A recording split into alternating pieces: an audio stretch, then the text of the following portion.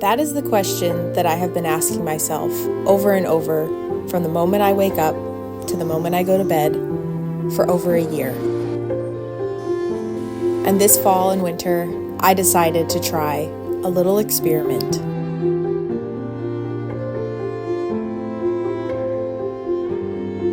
Not because I think it would give me an answer to that question, but I think it would put me on the track to begin to understand what that would look like for me.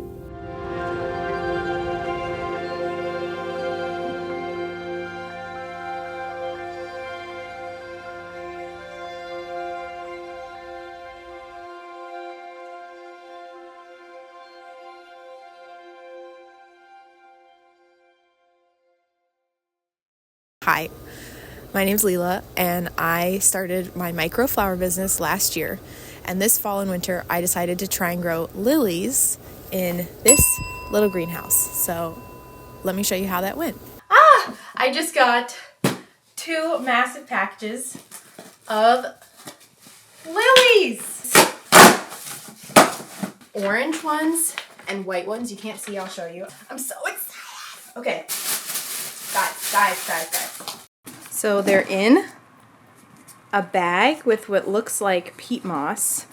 And I'm excited about the lilies, but I'm also excited to have these crates. This is how I imagine it's like coming home with a brand new baby. It's like, you know, the baby's coming. You planned for the baby. You paid for the baby. And then the baby comes and you're like, oh my God. That's how I imagine it being. Anyways, I guess the difference is you have 9 months to prepare for a baby. I had about 3 days. The problem is that I won't have like a practice. Like, it's just going to be like taking them out and hoping it works as it's happening, because there's like no time to practice this. So one of the factors when I was trying to decide whether or not to actually like go for this and do it is looking at the calendar. If you look at a calendar, there are 52 weeks in the year. If I were to confine myself to the normal growing season, which would be for me about March through October, taking off July because I am not going to be selling flowers in July. You couldn't pay me to, because literally I would not be paid to do it. That leaves me with about 30 weeks to sell flowers, which is a lot. But it means that almost half the year is spent not selling flowers. So if I were to extend that just a little bit to about 40 weeks, it changes things. It changes the amount that I would have to bring in per week to be profitable. And I think the idea of profitability is a very interesting one for any business. I think it's an important thing to think about for any business. And I think with flower farming, it is a very big topic and something I am trying my best to keep in mind at the forefront of all of these decisions. But I think that is something that I need to figure out, is how can I extend my growing season so it puts less pressure on the land I do have available to grow during the growing season, so I'm not overworking my resources. And I really like to garden with nature in mind, so I don't want to be turning over beds like super crazy. I like the bugs, I like the bees, I like the soil, I like chill things. I don't want it to be intense. So that is something to keep in mind and that I will be considering in the future.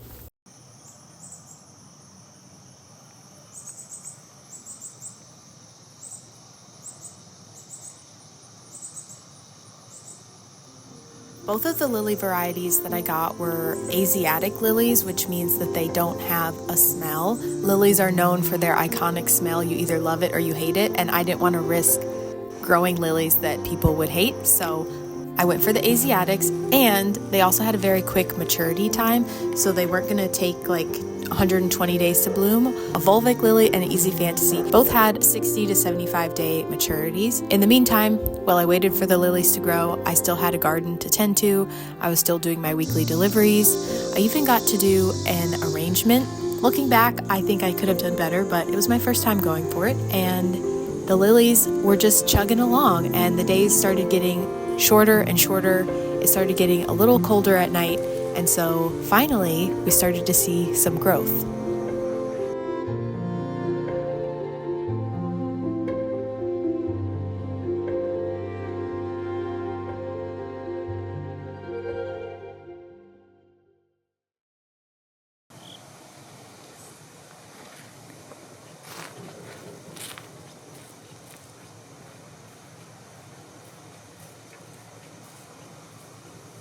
By mid-October, it was getting pretty cold, so I really wanted to make sure that the lilies I had growing were going to do all right in the colder nights to come. So I figured now was a good time to talk about the cost of this. Besides the structure that I have, which is the greenhouse, which cost me about $300 and a lot of time a year ago, the costs weren't actually as bad as they could have been. I ended up paying about $75 per lily variety, so it ended up being a total of $229 with shipping and all that stuff. I paid about $150 in soil, and then I had a couple other costs like extra grow bags, a timer, some extra crates. The heater was about $100. The extension cord was about $100.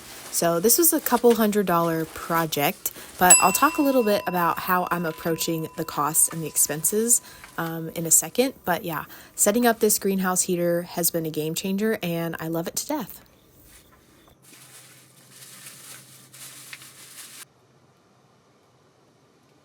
One of the biggest things with lilies was the cost. I really wanted to try the lilies because there wasn't a ton of upfront infrastructure costs. Obviously, I have this space already, which had a cost to it. Other than that, there were a few other costs, and you can let me know your approach to this. The way I see it, there's two approaches. You can either pay yourself back for the costs of like the heater, the plastic, with the price of those lilies that year. But as you can see, this is a crate of tulips that is growing in a crate that I bought for the lilies, in the soil that I bought for the lilies, in the space with insulation, and down here is my greenhouse heater that I bought for the lilies. So it's being used for more than one purpose. So my approach to this is, instead of having the lilies pay back all the costs that they incurred all at once, I'm spreading it out over the next year with what I'm using. I'm using the soil that I bought to grow the lilies to grow tulips, ranunculus, other potted plants. So those costs will be deferred. The greenhouse heater, my hope is to pay it off throughout the next year as well, and it'll be factored into how much I charge for anything else that I grow in here, like these tulips.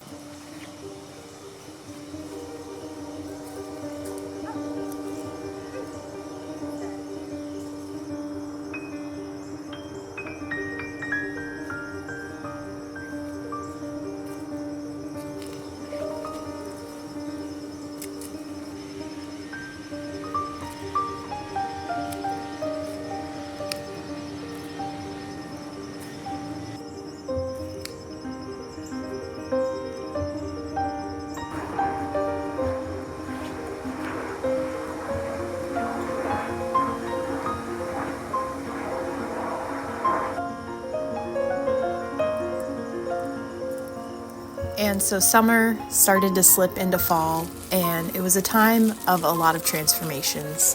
Old plants came out to make way for the new ones, and in the greenhouse, a lot of things were changing too. Okay, we are in my little dinky greenhouse, and this is super exciting. It's kind of hard to see, but right there is the slightest blush of orange, which means that these guys are on their way to having beautiful orange lilies, hopefully in the next few weeks. And as soon as that first lily popped, it was like a steady flow of fresh, beautiful flowers. My heart was full. Every morning I got to go out and pick new flowers, and I got to have beautiful, fresh flowers in my home. And it was like everything I pictured and imagined, until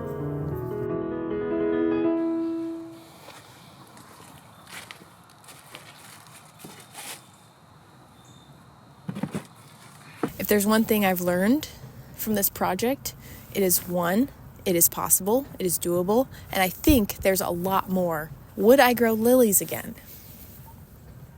Yes and no. The problem that I ran into with the lilies is how many I bought. I bought 600 lilies. I can't fit 600 lilies, so I did end up throwing a lot away, but I had to make the decision of like, do I take care of what I already have growing and really make sure I do that well, or spread myself out too thin and not take care of anything? So I made the decision to just focus on what I already had growing and take care of it really well, and I'm so glad that I did that, because the day that I made that decision, shit kind of hit the fan.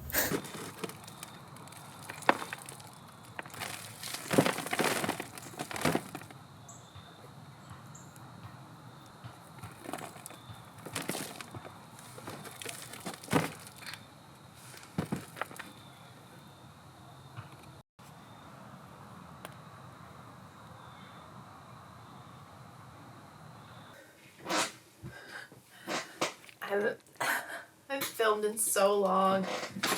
Oh my gosh. Welcome to day 58 of my lily experiment. We are officially just about over halfway done with this experiment. And what a journey it has been so far. So let's recap. I started my first batch of lilies on September 6th. I started my second batch, I don't know, a week later, didn't keep track, didn't write that down. Everything was going great, I think, because throughout this whole process, I don't know what I'm looking for. I don't know what I'm looking at.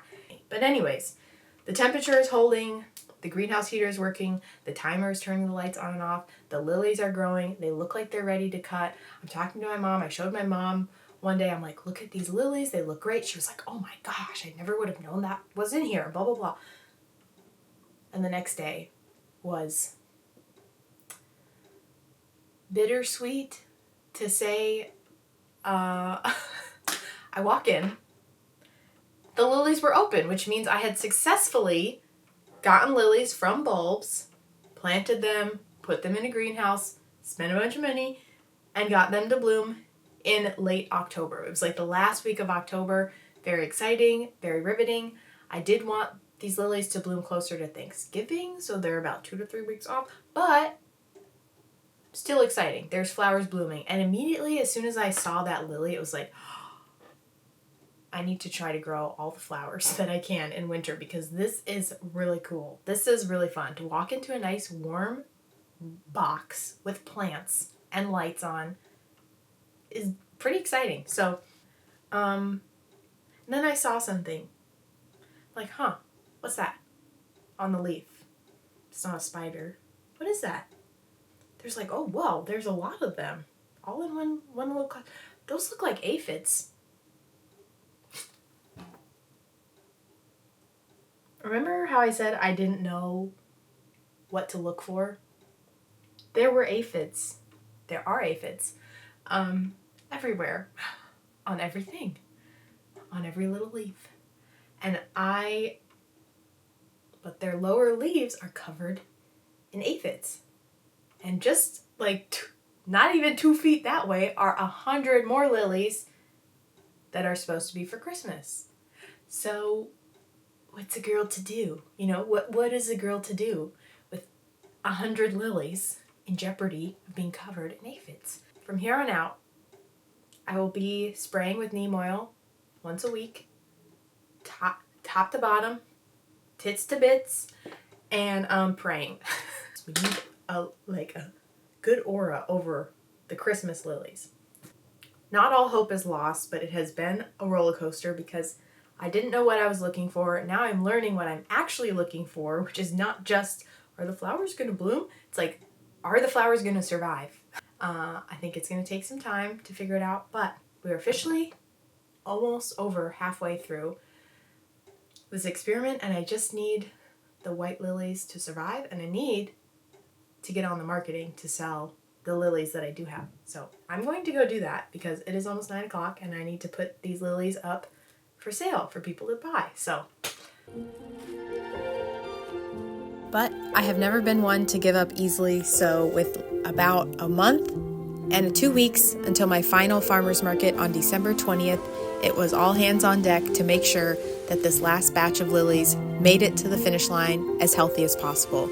I also tried some other fall crops like some snapdragons. Those are some Avignon snapdragons. They were awesome. Things kept chugging along and looking really good. I was working with the aphids. I was spraying with neem oil. I was there every day, hands and knees, spot treating for aphids. I started bringing out crates one at a time when they were ready to harvest outside of the greenhouse in case aphids were on the plants and fell down. I tried to do everything I possibly could to limit the spread of the aphids from the orange lilies to the white lilies, and the orange lilies continued to pump out amazing blooms. I was able to keep doing my weekly deliveries, and by mid-November, all the other flower growers that were at my local farmers market, there were 2 throughout the whole season, and that's why I never did the farmers market, because 2 is a lot and 3 is too many. So I never joined the farmers market, but by November, they had left and I still had some flowers. So I was able to do the farmer's market, and I started marketing my second bouquet bar. I did one in September, and I was able to buy flowers. Look at all these flowers from a local grower and from the co-op, and it was such a hit. I sold out, which was really, really cool, really exciting. It was such an amazing evening. So many lovely women came and participated, and it was really fun to share flowers with my local community. And by December, the cold was here, but the lilies were still growing, and I was feeling so good about getting to that Christmas deadline, that last Christmas market on December 20th. We had a snow, which we don't normally get. We even had some colder temperatures, and my greenhouse heater, everything kept working like a charm. I was even able to harvest lilies for my first December market, so I just had a few days to go until my December 20th last market, the Christmas market of the year, and things were looking really, really good.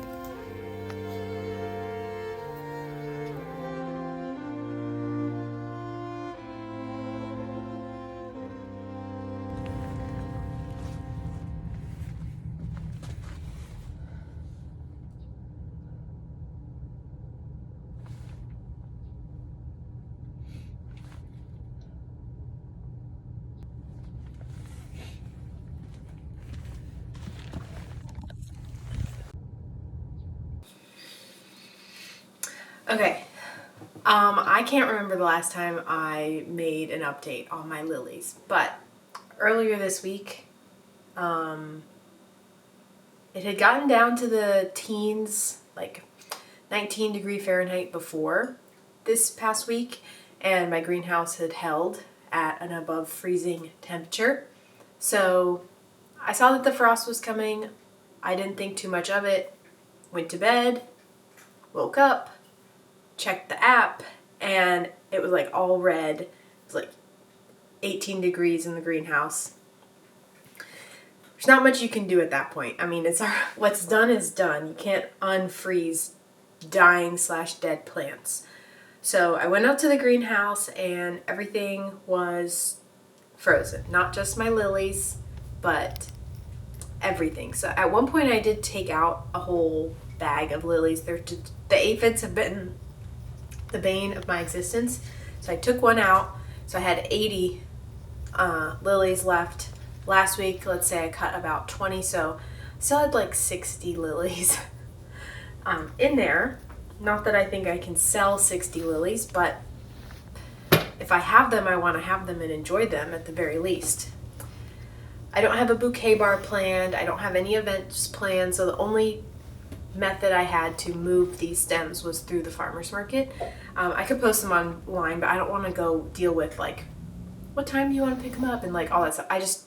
At this time of year, I don't want to deal with it. So I was banking on the farmer's markets. What ended up happening is nothing broke in the greenhouse. Basically the way it's set up, I have the greenhouse heater and I have the little thermostat that kicks on and off at certain temperatures. It got below a temperature in the greenhouse, somewhere in the 30s, where the thermostat that turns the greenhouse heater on got too cold, I think. It wasn't like for 20 minutes, it wasn't for an hour, it was 8 hours that it was off. So everything in there got the full brunt of the cold. Also, today I got the electric bill for my greenhouse running essentially for a full month, and it was high. It was quite high. It was almost triple, definitely double what it normally is. So that is not sustainable for me, and that definitely cuts into the profitability aspect of this whole endeavor. But luckily, the night before the frost, I had gone into the greenhouse and cut almost every single stem, not really thinking like, let me clear out the greenhouse. So I have just under 20, I think. I need to do a total head count of my Asiatic lilies. They look beautiful. They are opening. They've been in the refrigerator. I think they will be perfect for tomorrow. I'm gonna make little jam jars. I'm gonna make some bouquets with these and get ready for the farmer's market. And hopefully it goes goes really well. The weather's going to be beautiful. It was really cold last week, so tomorrow is supposed to be gorgeous. So hopefully that helps. And yeah, I have lilies in December. Almost January. I bet I could limp some of these along till January. That would be cool. But in true me fashion, I already got some other stuff cooking. I got some other stuff cooking in the fridge, in the greenhouse. So yeah, I don't know where this film is gonna go, but I know where I'm gonna go. I'm gonna go make some bouquets. So let's do that.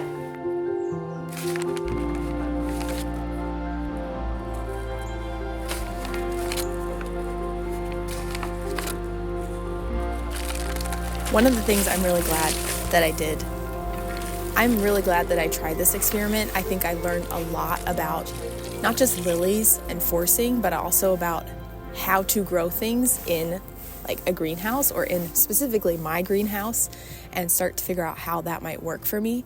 I think in the future I would grow other things. Like I'd really like to try some dianthus or sweet William, or just in general really try and push for Valentine's Day flowers instead of Christmas, because around here I don't know how much demand there is for Christmas flowers yet. So that is definitely a learning that I'm taking, is like maybe not Christmas, but definitely Valentine's Day. But it's possible to grow things and doesn't take that much extra effort. The last thing I will say is if you have an idea or you have a vision or something you want to try, go for it, do it, try it. You will learn way more going for it and trying it than you will if you don't. So I've learned a lot, and I don't think I could have paid anyone to learn the things that I've learned throughout this whole process. So I'm very grateful for that, and I'm hoping to apply what I've learned in the future. We have a winter storm coming, and we're gonna have like really, really cold temperatures. So I'm gonna go make sure all of my plants in my greenhouse now are taken care of and that they don't freeze and melt in the cold.